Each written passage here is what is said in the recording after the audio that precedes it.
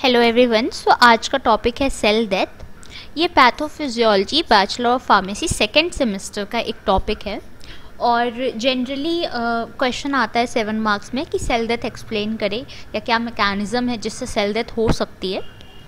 और ये थोड़ा सा कंफ्यूजिंग टॉपिक हो जाता है क्योंकि इसको ब्रॉडली दो टाइप में क्लासिफाई करते हैं, दो रीजंस में, और वो रीजंस क्लियर ना होने के कारण थोड़ी सी कंफ्यूजन हो जाती है। जब मुझे पढ़ना था मुझे काफ़ी कंफ्यूजन थी इस पर्टिकुलर टॉपिक में, इसलिए मैंने इस पर एक वीडियो बनाई है। ये ब्रीफ वीडियो है, बहुत ज़्यादा डिटेल्ड एक्सप्लेनेशन नहीं है, बट अगर आप फ्लो चार्ट समझ जाइएगा तो फिर आप इसको पैराग्राफ में कन्वर्ट कर सकते हैं।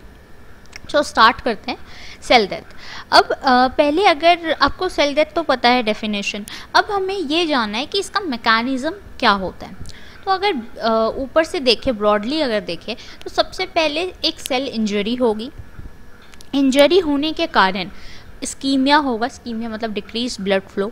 जब स्कीमिया होगा तभी हाइपोक्सिया होगा, क्योंकि आपको पता है ब्लड का प्राइमरी फंक्शन ऑक्सीजन डिलीवर करना है। अगर किसी सेल में चोट लगती है या इंजरी होती है, वहाँ का ब्लड सर्कुलेशन या जो वहाँ पे ब्लड फ्लो जो आना चाहिए ब्लड, वो नहीं आ पा रहा है, तो ऑब्वियसली उसका ऑक्सीजन लेवल, जो उसको ऑक्सीजन की रिक्वायरमेंट है सेल को, वो फुलफ़िल नहीं हो पाएगी। और जहाँ ऑक्सीजन रिक्वायरमेंट फुलफ़िल नहीं होती है वहाँ हाइपोक्सिया हो जाएगा।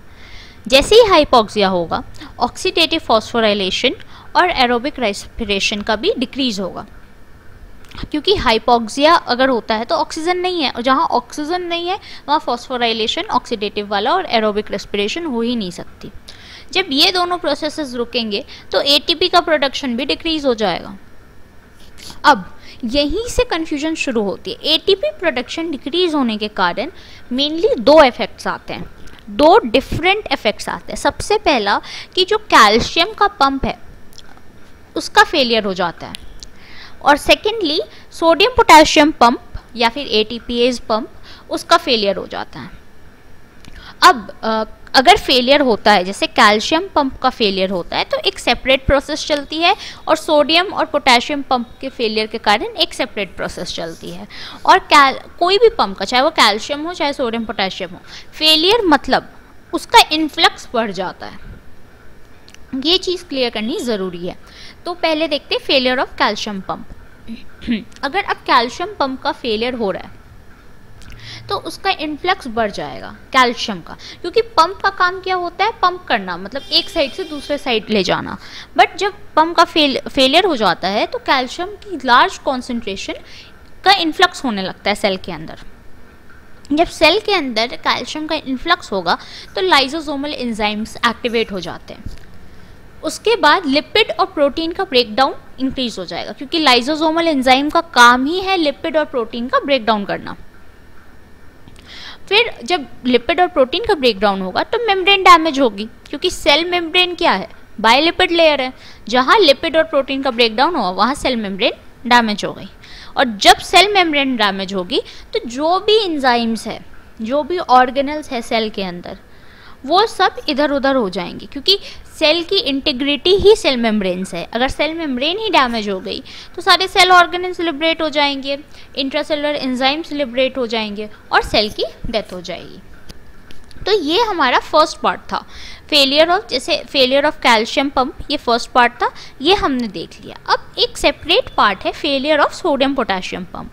अब हम उसके डिस्कस करेंगे। तो देखिए, failure of sodium potassium pump, जब सोडियम पोटेशियम पंप का फेलियर होता है तो सोडियम का और वाटर का इन्फ्लक्स ज़्यादा होता है और पोटेशियम का ईफ्लक्स ज़्यादा होता है। उसके कारण अगर सोडियम और वाटर दोनों सेल के अंदर आएंगे, जहाँ वाटर आएगा वहाँ सेल की स्वेलिंग हो जाएगी। तो थर्ड स्टेप हो जाएगा सेल्यूलर स्वेलिंग। और जब सेल की स्वेलिंग होगी तो जो वाटर अंदर आएगा वो वैक्यूल बना लेगा, तो वैक्यूल फॉर्मेशन हो जाएगा। जब वैक्यूल फॉर्मेशन होगा तो मेम्ब्रेन की बल्बिंग होगी, क्योंकि आपको पता है एनिमल सेल में जल्दी वैक्यूल्स मिलते नहीं हैं। अगर वैक्यूल फॉर्मेशन हो रहा है तो ऑब्वियसली जो मेम्ब्रेन की साइज़ थी वो इंक्रीज होगी और मेम्ब्रेन बल्ब कर जाएगी। उसके बाद राइबोसोम्स का डिटैचमेंट होने लगेगा। और जैसे ही राइबोसोम्स डिटैच होते हैं तो माइलिन शीथ का भी डिटैचमेंट हो जाएगा और इस कारण भी सेल की डेथ हो जाएगी। तो ये दो बेसिक मैकेनिज्म्स थे, एक तो failure of calcium pump, the second one is failure of sodium potassium pump. और ये दोनों रिजल्ट करते हैं जब सेल इंजरी होती है और हाइपोक्सिक इफेक्ट्स आता है, एटीपी प्रोडक्शन डिक्रीज होता है, क्योंकि एटीपी रिस्पॉन्सिबल है दोनों पंप के लिए। तो ये सेल डेथ का एक बेसिक मैकेनिज्म था। इसको अगर आप पैराग्राफ के फॉर्म में चेंज करोगे तो अप्रॉक्सीमेटली 2 पेजेस 2.5 पेजेस आराम से जाएंगे, एंड देन आप साइड में एक सेपरेट पेज में ये दोनों स्टेप्स ऐसे ही फ्लो चार्ट के फॉर्म में बना दोगे तो 4 to 5 पेजेस का आंसर आपका रेडी हो जाएगा। So this was all about cell death. Thank you so much. And अगर आपको कोई और वीडियो चाहिए पर्टिकुलर टॉपिक से रिलेटेड जो फार्मेसी में हो या फिर इवन जूलॉजी या केमिस्ट्री में हो ग्रेजुएशन के, तो आप बोल सकते हैं कमेंट सेक्शन में। वील ट्राई कि हम उस पर्टिकुलर टॉपिक के लिए एक सेपरेट वीडियो, ब्रीफ वीडियो लाएं। Thank you so much for watching.